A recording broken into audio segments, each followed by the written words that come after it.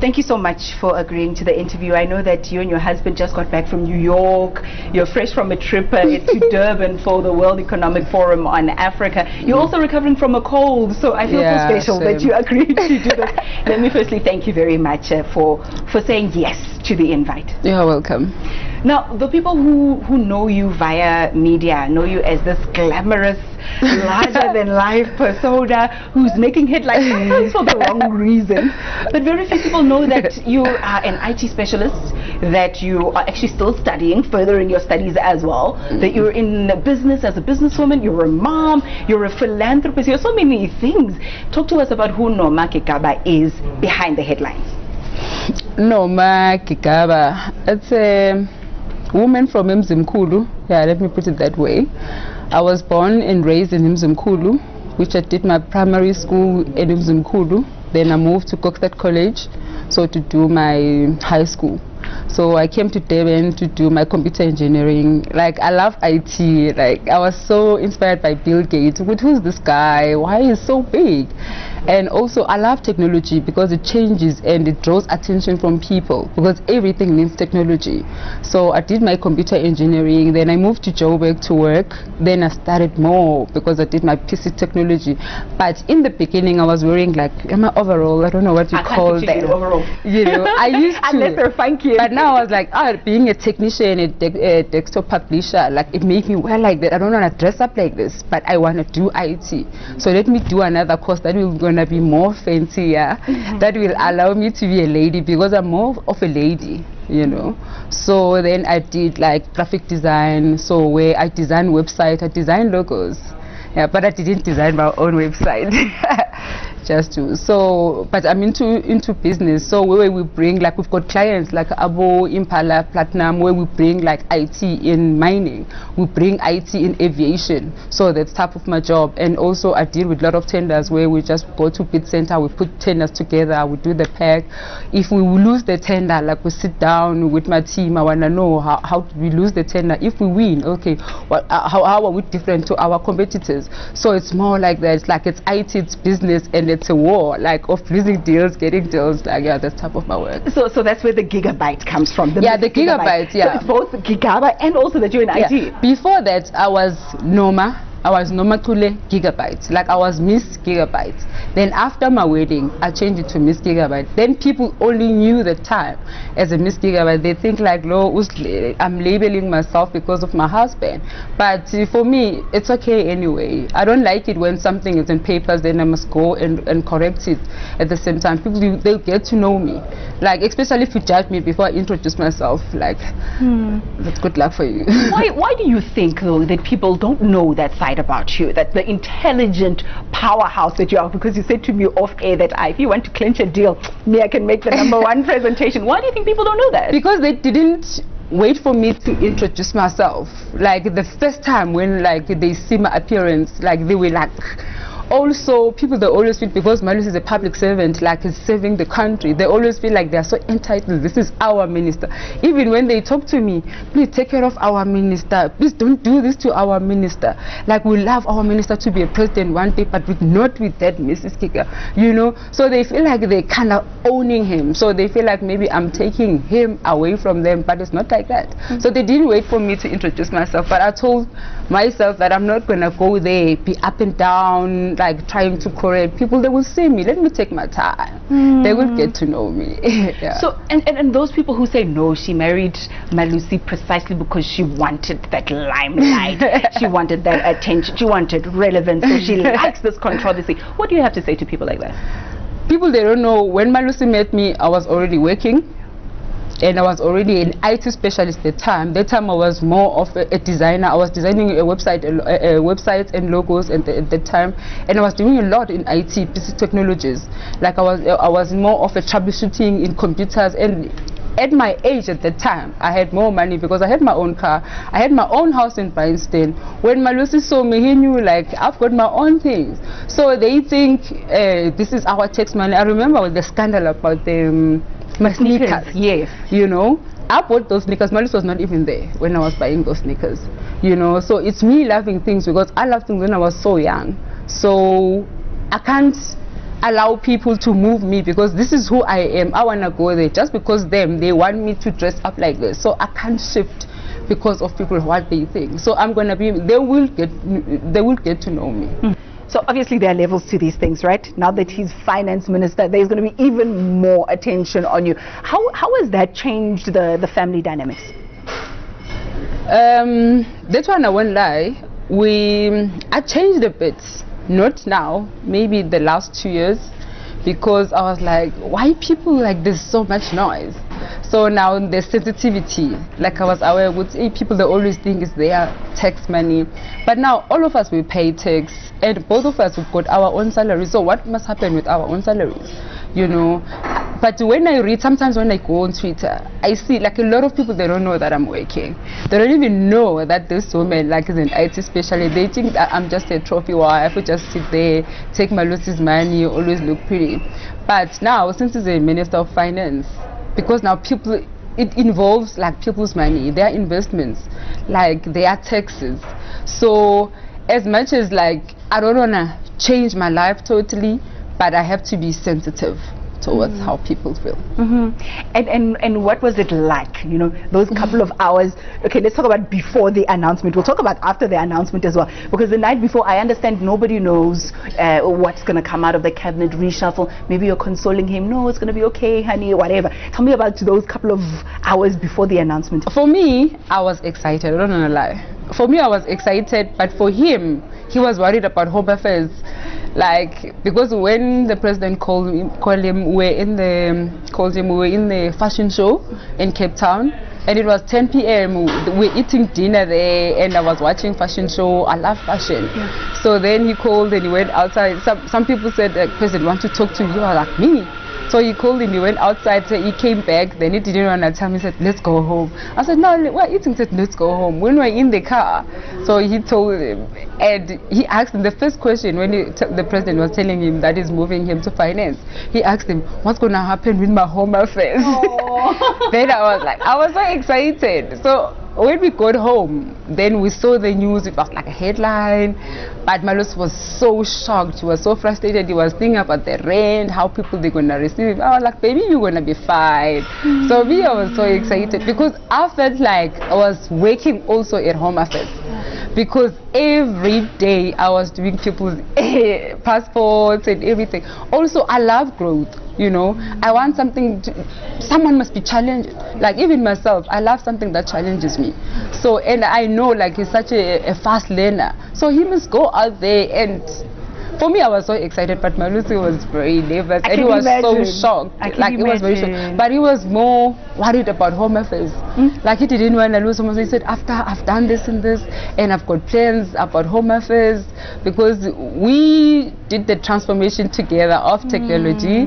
Like, because I wanted to help him, because I found like there was long queues at Home Affairs, and I know IT, and I know most of the time is their system is very low. So how do you speed up? So it helps. So for him to adapt to technology, like I was there like helping him. But so, you say forget about Home Affairs, honey. So let's move on. Forget about Home Affairs. Someone else, like someone who's competent will take over. Just go and finance. Then he was thinking about rent. The rent will drop and it will go up, babe. You will work. And I believe in you. So like, you think so? It did. Yeah.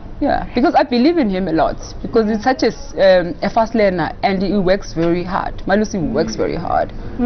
Yeah. Now let's talk a little bit about the work that I'm sure is also hard work, but outside of the office, right? How you guys are a power couple, how you manage to look so amazing and flawless all the time, and he's in great shape and you're in phenomenal shape, and you'll give me the recipe off air. How do you make that happen? Those matching tracksuits, really matching attire on the red carpet. How do you put it all together? So it's me who's so fascinated about the outfit. I thought so. So I love to make sure Woody's got enough suits maybe for a week, and also I have to go maybe tailor our suits, and I know his sizes, because he doesn't have time, because now he's studying, he's doing his PhD. So he doesn't really have time to go and buy clothes and do shopping. So that's me who do all the shopping. So I always feel bad when people, they're like, oh, I'm a suit, okay. Like, this is me. I want him to look good. It's so good when he looks good. Look at Madiba, look at Obama. They look so good. And it's a sign of good manners. Like, when you take care of yourself, when you look so good, you smell so good, it's good. So that's me behind all that, which I do it like after hours, maybe 9 p.m. So I prepare all our outfits in the evening, but he always come and change the tie. So I think I'm so bad. So usually I don't put the tie and the, what do you call this? Yeah, yes, the pocket square. Yeah, the pocket square. So every time if I put it together, okay, so then at least then he feels like he contributed. Yeah.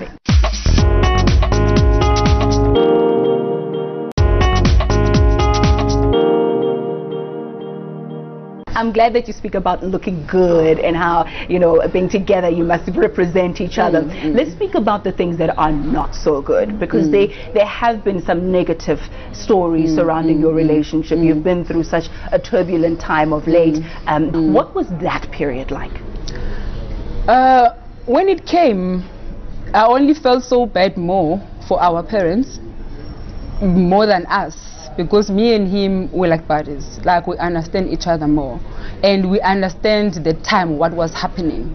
So, but I was feeling so bad for my mother and for his mom. When they go to church, people were reading drama magazine, were reading papers, and now we have to explain. So they didn't understand what was going on. Is this thing true? It really happened? If it happened, why it happened? Like my family wanna know, Mkwenyana, did you had our daughter? His mom, Malusi's father is a priest, you know, like the church at home. So they wanna know, did you do this thing? All these priests and pastors, because our wedding was so big. So did it happen? So it was like people who were out of it were more worried. We were more worried about them than more me and him. So, but also I told myself, because the angle that it came with, it made me stronger. So if it was me caught by Lucy doing something, maybe we'll be like, I won't even sitting here today. But the angle, because when everything came to me being delivered, for me, I'm such an analyst. Firstly, I want to know, what are your intentions of you telling me this? So what you want me to do? Especially my marriage is so new. So what are your intentions of doing this thing? So I analyze. And that time Malusi's father was sick and he passed away on that week also. I didn't want to tell him because he was very close to his dad. So I want to digest it on my own. You know, I was dealing it. Some email came to me, explain everything of the situation. So for me, I was like, who sent you? If no one sent you, why are you coming to me? So I'm a very strong person. I was like, if it happened and if that relationship was still there, would you come to me? So what are your reasons for you to come to me? The time you were doing it, you didn't come to me. So now why you want to come to me? So I don't allow people to drag me in there. So if you decide to go in the water, don't drag me into your water. You know, like just drink alone or drown alone. Because when you were having fun and everything, you didn't contact me. So that's why when I responded in those messages in that way, so they were screen grabbed, and that's why they were sent to media. And for me, a lot of people, they're like, how come she was saying this as a minister's wife? Who will say, thank you for sending me a message? Who will say that? So for me, I didn't care. You know, I didn't care who was saying what. This was my family. I don't care. This was the minister, a public servant, but this was my husband. So I'm the only one that he made vows to, not anyone else. So that time I had to take care of the situation, and also for my Lucy, because he's a very private person. When everything was out there, he didn't even know what to do, and he didn't know how I was taking everything. And also he respects my family a lot, especially my mom. Because it was only 3 months my father passed away, and I was not healed properly from it because I was very close to him. So it was a lot of that, and he lost his dad, his mother was not okay. So for him, everyone was still fresh at the time, and our marriage was still new. You know, we're like, we're on cloud nine. We just arrived on that week. We just arrived from Dubai, from our honeymoon, and something like that came. So for me, when that was sent, I was in Dubai. So we were going to Durban to check his father at the hospital. I was like, why you waited all this? So for me, I'm very analytic. Yeah. So if you take me, you said, let's go to ring, let's fight. So why are we fighting? What are your intentions of us fighting? What do you want to gain out of this? So I don't just respond like that. But this is my house, and like, I told myself that no one will take me out, and I will never. Even 99% of people in South Africa would believe like Noma must leave. But I make the vows. I will leave in my own terms if I want to leave. And also, I will ask or fight my husband in my own terms. I didn't want to go and ask him, because now the angle of that strategy of everything happened, it was a very bad angle. So I think maybe that's another thing, that like both of us were very tight. Although other people, they felt like maybe we were acting while the papers, everything was still happening, but I was still posting him, we're still attending everything together. I said that this is my home. Like, if people like they want us to burn fire, create fire in my family, this fire is not coming in. So I told myself, even Malus, there one day I was like, why are you not saying anything? Why are you not asking me? Why are you not crying? Are you not angry? You know? But for me, I don't want people to, Noma, go fight, Noma, go scream. So I was digesting it. Like, I waited for the right time to ask him what really happened, you know. But not at the time. That time it wasn't. So I even see people were like, oh, they are not sleeping. Maybe Manus is sleeping outside. That was my husband. Especially no matter how angry I am, that time he needed my support, you know, because everyone was looking at him. He's a politician. There was opposition, like they were getting so entertained by that thing. So I can't fight him at home. At home it was only safest place for him. This is my husband. So if I want to fight him, I will fight him later, not now. Not at the time when everyone else wanted me to fight him. I couldn't. That is so powerful. I couldn't. What do you then say to people who said, you know, she had it coming, she deserves it. If you cheat with him, he'll cheat on you. This is something that, you know, she should just expect. What do you have to say to people like that? For me, never take any decision because of someone else's agenda. Because you don't know that person, he already drew a line from A to B, or maybe from A to Z. So you will go and you will fall. So just go on your lane and stay on your lane. Never be shifted or maybe moved by anyone or shaken by storms. So I don't get shaken easily. So I think whoever started all this whole thing, they look at me because the way I love Malusi, the way I adore him, you know. So people, they think, she's going to be so fragile, she will just leave. And a lot of people, they know I'm a very confrontational, because they were close people who were very close. They were people who were very close to us, and they were part of that also. So we were like feeding in information, saying things. So now other things they were thrown, I'm like, but I know this, you know. But now I didn't know. But later, I'm an IT specialist. So each and every email, I know this email was sent. Although people, they will say the email was sent in overseas, but I know the email was not sent in overseas. I know the location, who sent it, who was behind everything. For me, that time, my career helped me so much. So even when someone was sending me this, I knew that this was not this. This was this person. So I know what was happening. And it gave me peace, and it made me support my husband more, because I knew that my husband is under attack, but I can't attack him now.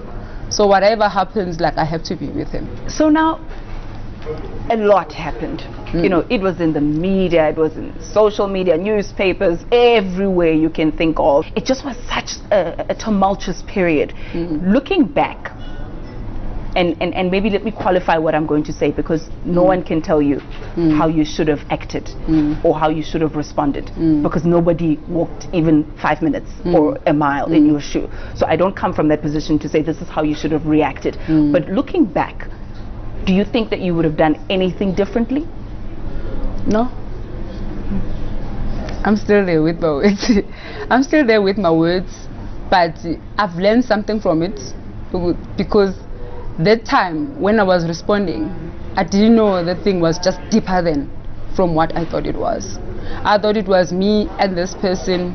I didn't know that it was drawn, it was big, and it was deep, you know. So because I was in the plane, when I was on the plane, when I landed, it was everywhere. And I was at the airport. I didn't know why everyone was looking at me. And I saw missed calls. So when I was listening to the voicemail, it was journalist. When I was here at the side of my store. So there my stomach came like, what did you do? So then I knew that there was something. So the only thing that I've learned from it now, because there's still a lot of people, this thing is still going on. But without my reaction, it can't go up, because even that time it received a space, like there was a platform just because I said something. I responded to it because I'm so in charge of the whole space. I'm the wife here, so it was kind of an attack to me. So if the only thing that I would have done differently, that I should not have responded at that time if I knew it was deeper than I thought, but I didn't know. But for what I've said, I can even say it tomorrow. I can still say the same words, like even in the next 50 years, because this is my family. For me, you can do everything, but never ever touch my family, especially my husband, never.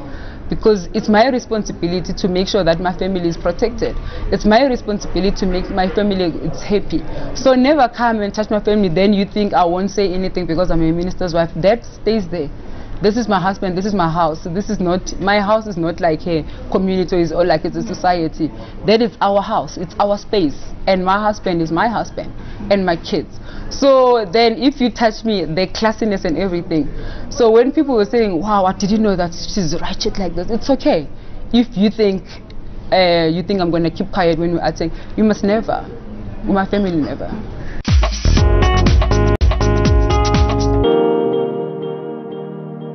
I'm going to ask you the same question that your mother asked you too. You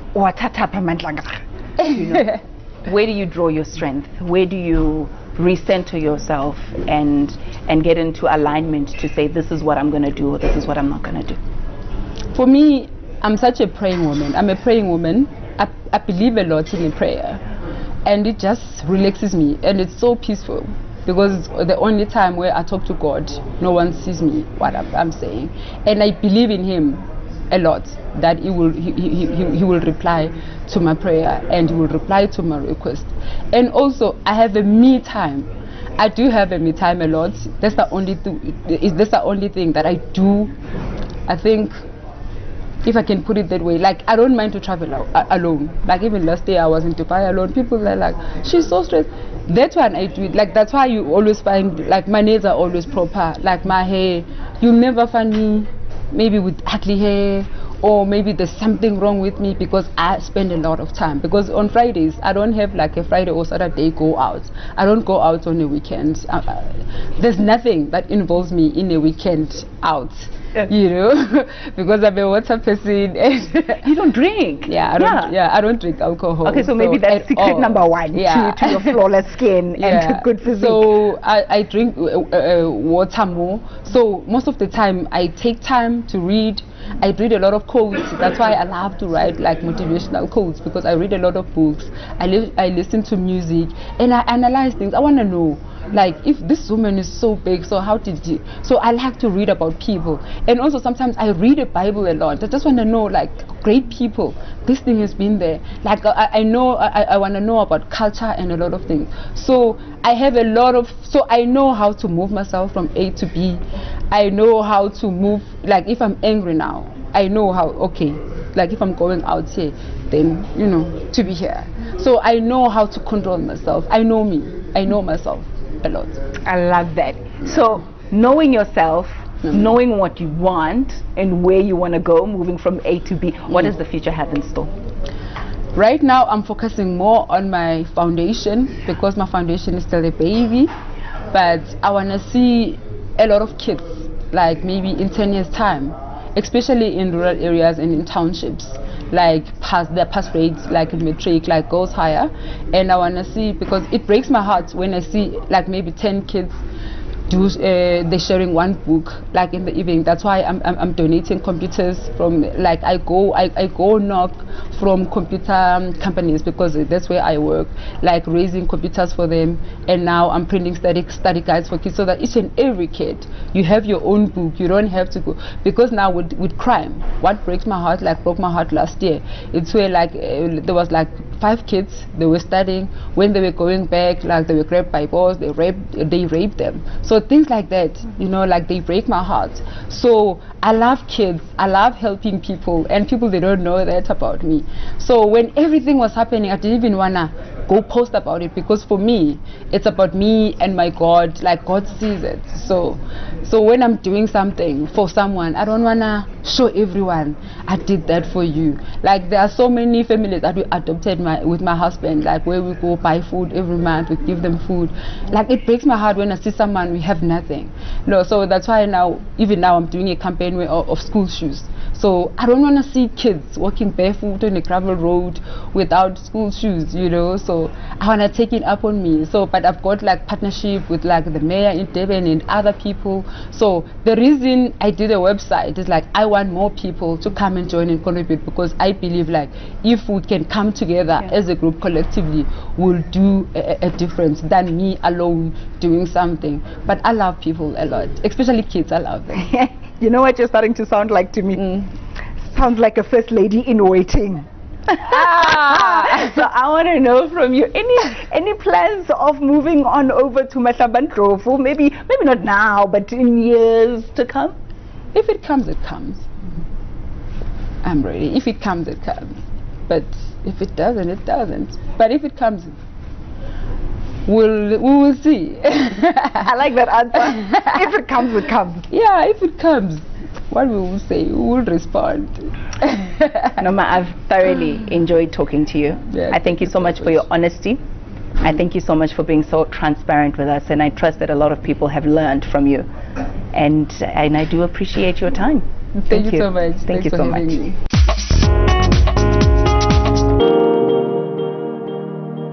And that was Noma Gigaba opening up about her life as a businesswoman and being the wife of Finance Minister Malusi Gigaba. Stay with us.